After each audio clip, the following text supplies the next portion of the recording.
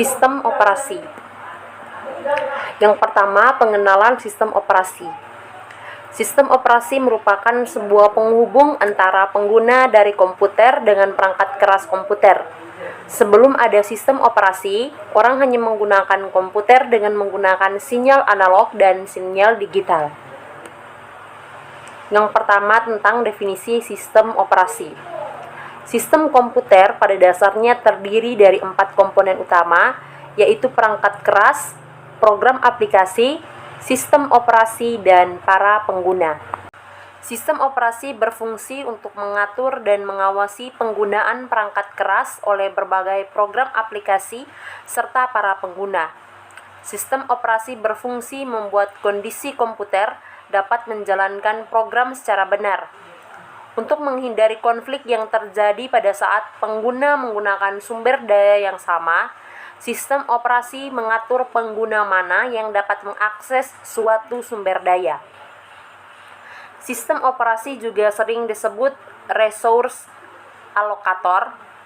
Satu lagi fungsi penting sistem operasi adalah sebagai program pengendali yang bertujuan untuk menghindari kekeliruan atau error dari pengguna komputer yang tidak perlu.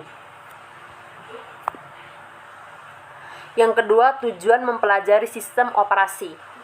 Mempelajari sistem operasi bertujuan agar nantinya mengenal dan mampu merancang sendiri serta dapat memodifikasi sistem operasi yang telah ada sesuai dengan kebutuhan kita. Juga agar bisa memilih alternatif sistem operasi, memaksimalkan penggunaan sistem operasi sehingga konsep dan teknik sistem operasi dapat diterapkan pada aplikasi-aplikasi lain. Yang ketiga, sasaran sistem operasi. Sistem operasi mempunyai 3 sasaran, yaitu yang pertama kenyamanan, yakni membuat pengguna komputer menjadi lebih nyaman. Yang kedua, efisien, yaitu agar penggunaan sumber daya dalam sistem komputer dapat digunakan secara efisien. Yang ketiga, mampu berevolusi, yaitu dalam membangun sistem operasi dimungkinkan untuk lebih mudah dalam pengembangan, pengujian, serta penggunaan sistem-sistem yang baru. Yang keempat, sejarah sistem operasi.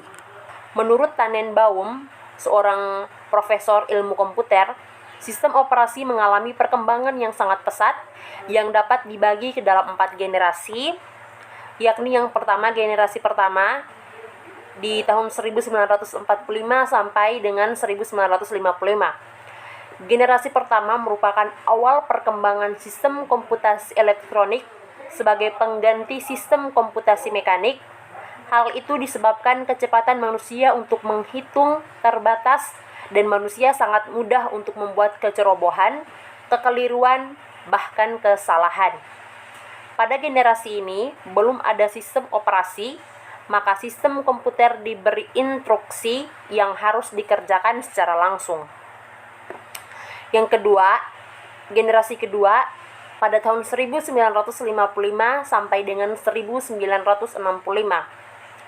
Generasi kedua memperkenalkan batch processing system, yaitu job yang dikerjakan dalam satu rangkaian lalu dieksekusi secara berurutan.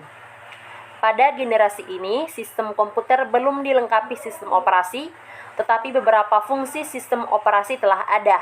Contohnya fungsi sistem operasi ialah FMS dan IBSYS. Yang ketiga, generasi ketiga mulai dari tahun 1965 sampai dengan 1980.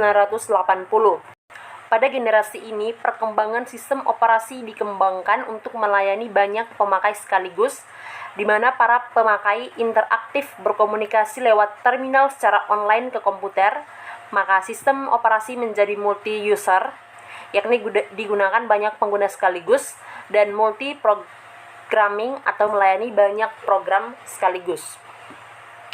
Yang keempat, generasi keempat, pasca 1980-an. Di generasi keempat, sistem operasi sudah dipergunakan untuk jaringan komputer, di mana pemakai menyadari keberadaan komputer-komputer yang saling terhubung satu sama lainnya. Pada masa ini, para pengguna juga telah dinyamankan dengan graphical user interface, yaitu antar muka komputer yang berbasis grafis yang sangat nyaman. Juga dimulai era komputasi tersebar di mana komputasi tidak lagi berpusat di satu titik, tetapi dipecah di banyak komputer sehingga tercapai kinerja yang lebih baik. Yang kelima, layanan sistem operasi. Sebuah sistem operasi yang baik menurut Tannenbaum harus memiliki layanan sebagai berikut. Yang pertama, pembuatan program, yaitu sistem operasi menyediakan fasilitas dan layanan untuk membantu para pemrogram untuk menulis program. Yang kedua, eksekusi program, yang berarti instruksi-instruksi dan data-data harus dimuat ke memori utama, perangkat-perangkat masukan atau keluaran, dan berkas harus diinisialisasi, serta sumber daya yang ada harus disiapkan. Semua itu harus ditangani oleh sistem operasi. Yang ketiga, pengaksesan input-output device, artinya sistem operasi harus mengambil alih sejumlah instruksi yang rumit dan sinyal kendali agar pemrogram dapat berpikir sederhana dan perangkat pun dapat beroperasi. Yang keempat, pengaksesan terkendali terhadap berkas, yang artinya disediakannya mekanisme proteksi terhadap berkas untuk mengendalikan pengaksesan terhadap berkas. Yang kelima, pengaksesan sistem, artinya pada pengaksesan digunakan bersama atau shared system. Yang keenam, fungsi pengaksesan, yaitu menyediakan proteksi terhadap sejumlah sumber daya dan data dari pemakai, serta menyelesaikan konflik-konflik dalam perebutan sumber daya. Yang ketujuh, deteksi dan pemberian tanggapan pada kesalahan, yaitu jika muncul permasalahan muncul pada sistem komputer, maka sistem operasi harus memberikan tanggapan yang menjelaskan kesalahan yang terjadi serta dampaknya terhadap aplikasi yang sedang berjalan. Yang kedelapan, akunting, yang artinya sistem operasi harus bisa mengumpulkan data statistik penggunaan beragam sumber daya dan memonitor parameter kinerjanya. Yang keenam, struktur komputer. Struktur komputer didefinisikan sebagai cara-cara dari setiap komponen yang saling terkait.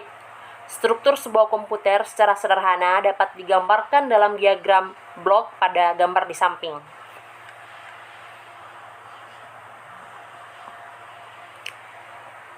Struktur sebuah sistem komputer dapat dibagi menjadi: yang pertama, sistem operasi komputer.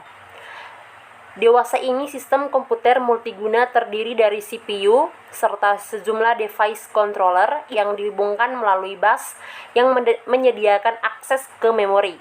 Setiap device controller bertugas mengatur perangkat tertentu, contohnya disk drive, audio device, dan video display.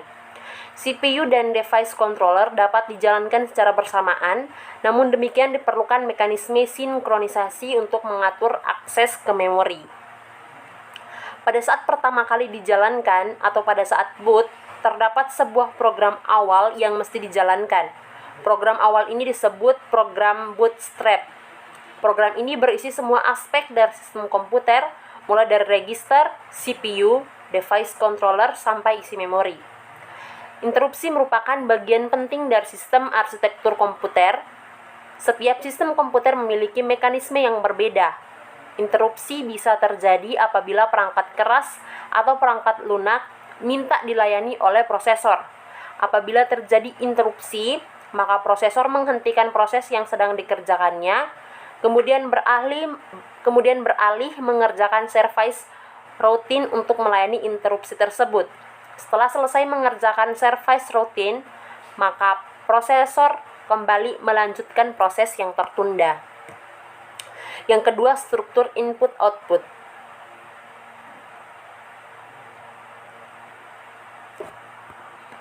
Benar atau salah?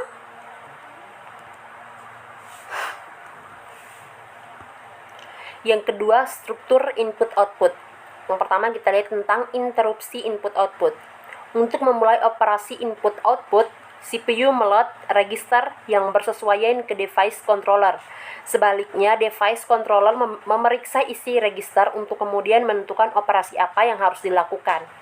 Pada saat operasi input-output dijalankan, ada dua kemungkinan, yaitu synchronous input-output dan asynchronous input-output.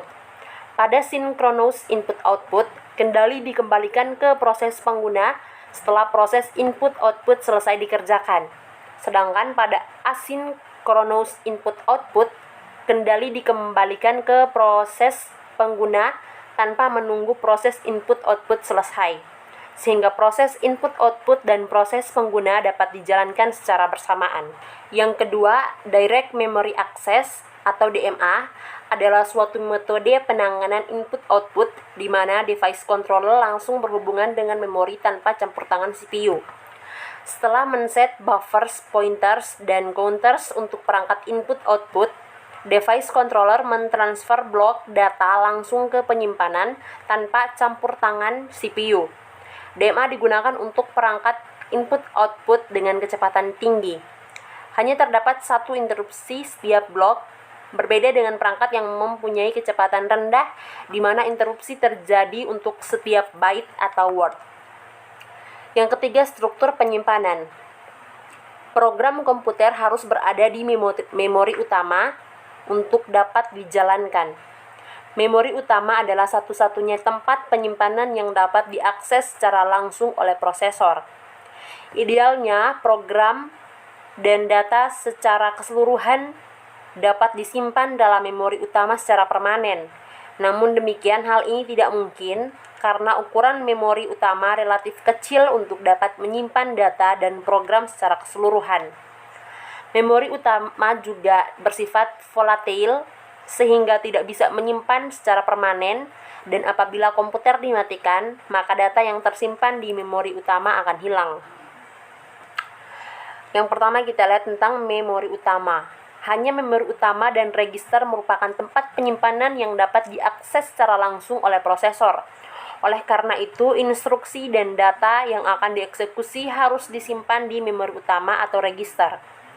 Untuk mempermudah akses perangkat input-output ke memori, pada arsitektur komputer menyediakan fasilitas pemetaan memori ke input-output. Dalam hal ini, sejumlah alamat di memori dipetakan dengan device register. Membaca dan menulis pada alamat memori ini menyebabkan data ditransfer dari dan ke device register.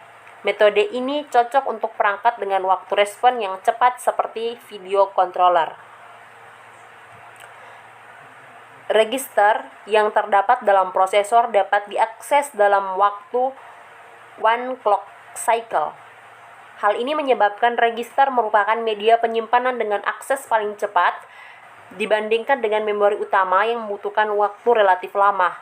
Untuk mengatasi perbedaan kecepatan, dibuatlah suatu penyangga atau buffer penyimpanan yang disebut cache. B. Magnetic disk. Magnetic disk berperan sebagai secondary storage pada sistem komputer modern. Magnetic disk disusun dari piringan-piringan seperti CD. Kedua permukaan piringan diselimuti oleh bahan-bahan magnetik. Permukaan dari piringan dibagi-bagi menjadi track yang memutar, yang kemudian dibagi lagi menjadi beberapa sektor. Yang kedua, struktur sistem informasi. Sistem komputer modern yang semakin kompleks dan rumit memerlukan sistem operasi yang dirancang dengan sangat hati-hati agar dapat berfungsi secara optimum dan mudah untuk dimodifikasi. Pada kenyataannya, tidak semua sistem operasi mempunyai struktur yang sama.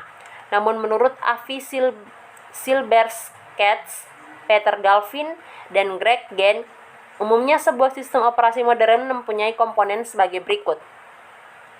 Yang pertama, manajemen proses.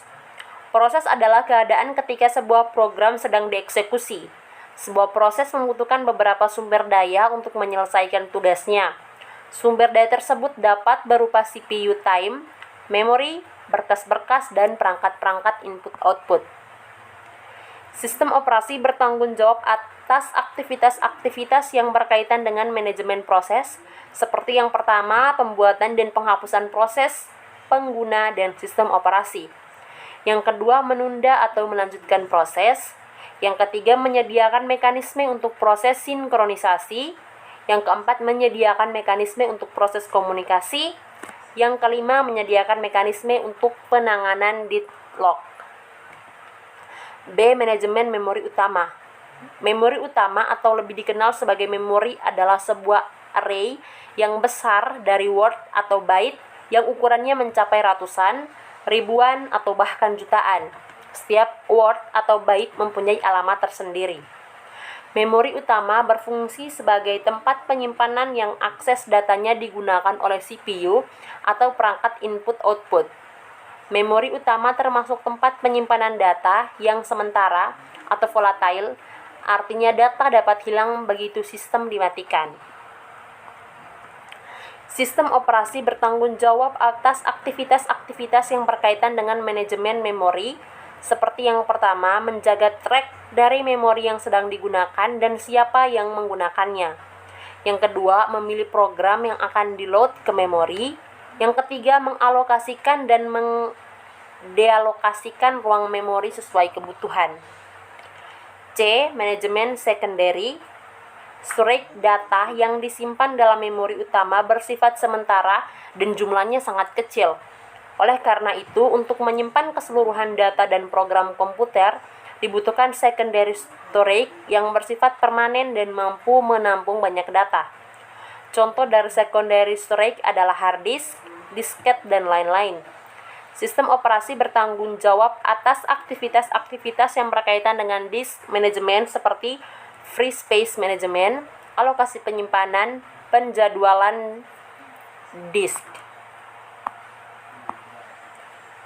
Yang keempat, manajemen sistem input-output. Sering disebut device manager, menyediakan device driver yang umum sehingga operasi input-output dapat seragam. Contohnya, pengguna menggunakan operasi yang sama untuk membaca berkas pada hard disk, CD-ROM, dan floppy disk. Komponen sistem operasi untuk sistem input-output yang pertama buffer, penampung sementara data dari atau ke perangkat input-output. Yang kedua, spooling, melakukan penjadwalan pemakaian input-output sistem supaya lebih efisien. Yang ketiga, menyediakan driver untuk dapat melakukan operasi rinci untuk perangkat keras input-output tertentu. Yang kelima, manajemen berkas. Berkas adalah kumpulan informasi yang berhubungan sesuai dengan tujuan pembuat berkas tersebut. Berkas dapat mempunyai struktur yang bersifat hierarkis. Sistem operasi bertanggung jawab atas satu, pembuatan dan penghapusan berkas. Yang kedua, pembuatan dan penghapusan direktori. Yang ketiga, mendukung manipulasi berkas dan direktori. Keempat, memetakan berkas ke secondary storage. Yang kelima, membackup berkas ke media penyimpanan yang permanen. Yang keenam, sistem proteksi. Proteksi mengacu pada mekanisme untuk mengontrol akses yang dilakukan oleh program, prosesor, atau pengguna ke sistem sumber daya. Mekanisme proteksi harus yang pertama bisa membedakan antara penggunaan yang sudah diberi izin dan yang belum. Yang kedua, bisa menentukan pengontrolan yang akan dilakukan terhadap sumber daya. Yang ketiga, bisa memberikan punishment terhadap kesalahan yang terjadi. Yang ketujuh, jaringan. Sistem terdistribusi adalah sekumpulan prosesor yang tidak berbagi memori atau clock. Tiap prosesor mempunyai memori sendiri. Prosesor-prosesor tersebut terhubung melalui jaringan komunikasi. Sistem terdistribusi menyediakan akses pengguna ke bermacam sumber daya sistem. Akses tersebut dapat menyebabkan yang pertama meningkatnya proses komputasi, yang kedua meningkatnya ketersediaan data, dan yang ketiga meningkatnya kehandalan. Berikutnya, command interpreter system. Sistem operasi menunggu instruksi dari pengguna. Program yang membaca instruksi dan mengartikan control statements umumnya disebut control card interpreter, command line interpreter, dan Unix shell. Command interpreter system sangat bervariasi dari satu sistem operasi ke sistem operasi yang lain dan disesuaikan dengan tujuan dan teknologi input-output device yang ada. Contohnya CLI, Windows, dan lain-lain. Yang berikut layanan sistem operasi. Sistem operasi memberikan layanan sebagai berikut. Yang pertama, eksekusi program, yaitu kemampuan sistem untuk load program ke memori dan menjalankan program. Yang kedua, operasi input-output, yaitu sistem operasi harus menyediakan mekanisme untuk melakukan operasi input-output atas nama pengguna. Yang ketiga, sistem manipulasi. Sistem manipulasi berkas, yaitu kemampuan program untuk operasi pada berkas. Yang keempat, komunikasi, yaitu pertukaran data atau informasi antar dua atau lebih proses yang berada pada satu komputer atau lebih. Yang kelima, deteksi error, yaitu menjaga kestabilan sistem dengan mendeteksi error pada perangkat keras maupun operasi. Dalam efisiensi penggunaan sistem operasi memberikan pelayanan yang pertama, resource allocator, yaitu sistem operasi mengalokasikan sumber daya ke beberapa pengguna atau job yang jalan pada saat yang bersamaan.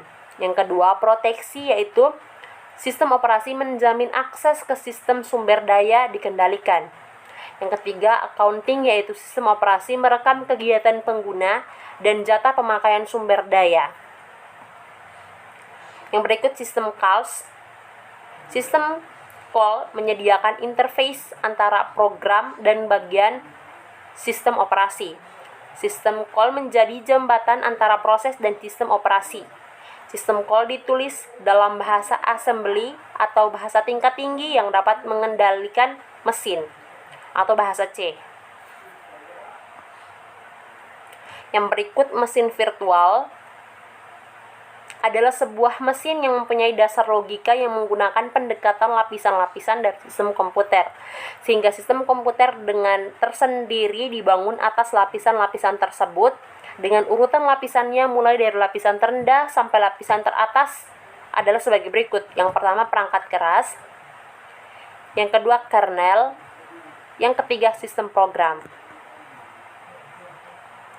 Kernel yang berada pada lapisan kedua ini menggunakan instruksi perangkat keras untuk menciptakan seperangkat sistem call yang dapat digunakan oleh komponen-komponen pada level sistem program. Sistem program kemudian dapat menggunakan sistem call dan perangkat keras lainnya seolah-olah pada level yang sama. Meskipun sistem program berada di level tertinggi, namun program aplikasi bisa melihat segala sesuatu pada tingkatan di bawahnya, seakan-akan mereka adalah bagian dari mesin. Pendekatan dengan lapisan-lapisan inilah yang kemudian menjadi kesimpulan logis pada konsep virtual machine.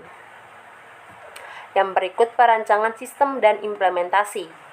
Target untuk pengguna sebuah sistem operasi harus nyaman digunakan, mudah dipelajari, dapat diandalkan, aman, dan cepat.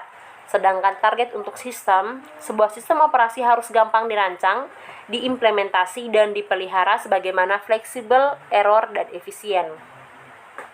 Sebuah sistem operasi mempunyai mekanisme dan kebijaksanaan. Yang pertama, mekanisme menjelaskan bagaimana melakukan sesuatu. Kebijaksanaan memutuskan apa yang akan dilakukan. Pemisahan kebijaksanaan dari mekanisme merupakan hal yang sangat penting. Ini mengizinkan fleksibilitas yang tinggi bila kebijaksanaan akan diubah nanti. Yang kedua, kebijaksanaan memutuskan apa yang akan dilakukan. Pemisahan kebijaksanaan dari mekanisme merupakan hal yang sangat penting. Ini mengizinkan fleksibilitas yang tinggi bila kebijaksanaan akan diubah nanti. Implementasi sistem biasanya menggunakan bahasa assembly, sedangkan sistem operasi sekarang dapat ditulis dengan menggunakan bahasa tingkat tinggi. Kode yang ditulis dalam bahasa tingkat tinggi dapat dibuat dengan cepat, lebih ringkas, lebih mudah dimengerti, dan di-debug. Sistem operasi lebih mudah dipindahkan ke perangkat keras yang lain bila ditulis dengan bahasa tingkat tinggi. Yang berikut, sistem generation. Sistem operasi dirancang untuk dapat dijalankan di berbagai jenis mesin, yang mana setiap sistemnya harus dikonfigurasi untuk tiap komputer.